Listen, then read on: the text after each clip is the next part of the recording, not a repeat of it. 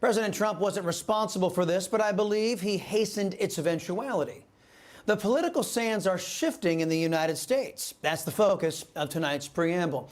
It happens from time to time. The political parties go through monumental shifts that result in fundamental changes or their complete annihilation. We don't, for example, have a Federalist Party in the United States anymore. We don't have the Whigs anymore. We have Republicans, but they were not always the party of Lincoln. Thomas Jefferson's Republican Party came to be the foundation for both the modern Republican and Democrat parties, although these current forms are both vastly different from the early incarnation of the Republican Party. I believe we are seeing another fundamental shift right now. The dividing line is becoming clear, and both sides are marshaling for a confrontation. Now, these are not your typical debates over policies. These are debates over what kind of people we will be and what our country will look like in the decades ahead. On one side, you have the statists, those who believe in absolute government power over we the people. We call them socialists, communists, Marxists, but they are made up of both political parties, Republicans and Democrats.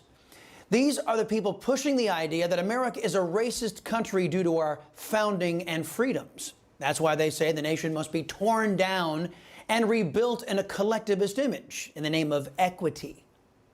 On the other side, we have those committed to the preservation of the Constitution, our God-given rights and our liberties and freedoms. In short, they support a government of, by, and for the people. This side is also made up of both Republicans and Democrats. To illustrate this division more clearly, I offer Exhibit A, the Never-Trumpers. These are so-called Republicans who have abandoned conservatism and established legal norms in an effort to be rid of President Trump's America First influence. These establishment Republicans have joined their Socialist Democrat colleagues to one degree or another. Among the most infamous Never-Trumpers, guys like Bill Kristol, the Lincoln Project, Adam Crying Kinzinger, and Liz Cheney.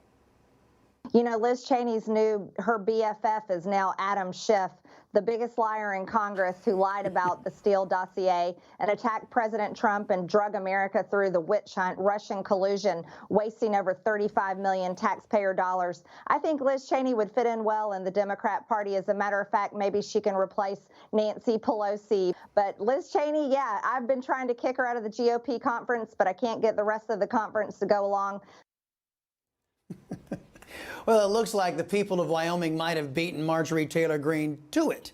In a narrow vote, which, by the way, shows further divisions in the GOP, the Republican Party of Wyoming voted to no longer recognize Liz Cheney as one of them, as she no longer shares their values. She is more aligned with Nancy Pelosi, Joe Biden, and Chuck Schumer, the architects of the misery America has been enduring these last 10 months. Now, I can give a personal testimony to how Cheney's values no longer align with we conservatives. We offered her the entire hour of our show to come on and make her case to this audience and take direct questions from me or liberty-loving Latino to try and come to an understanding of her point of view.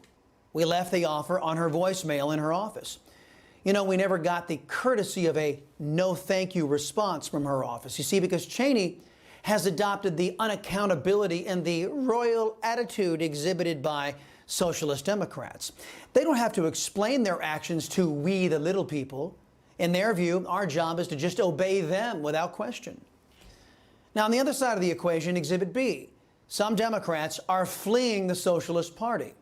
Representative Ryan Guillen represents the 31st District in the state of Texas, in the State House there.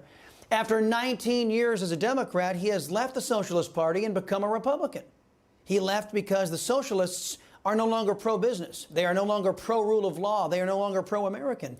In other words, the Socialist Democrats no longer meet that Latino's pro-American values.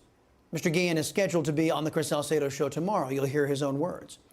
The new battle lines are now being drawn. As new political alliances are forming, it's going to be incumbent on all Americans to determine which side we're all on.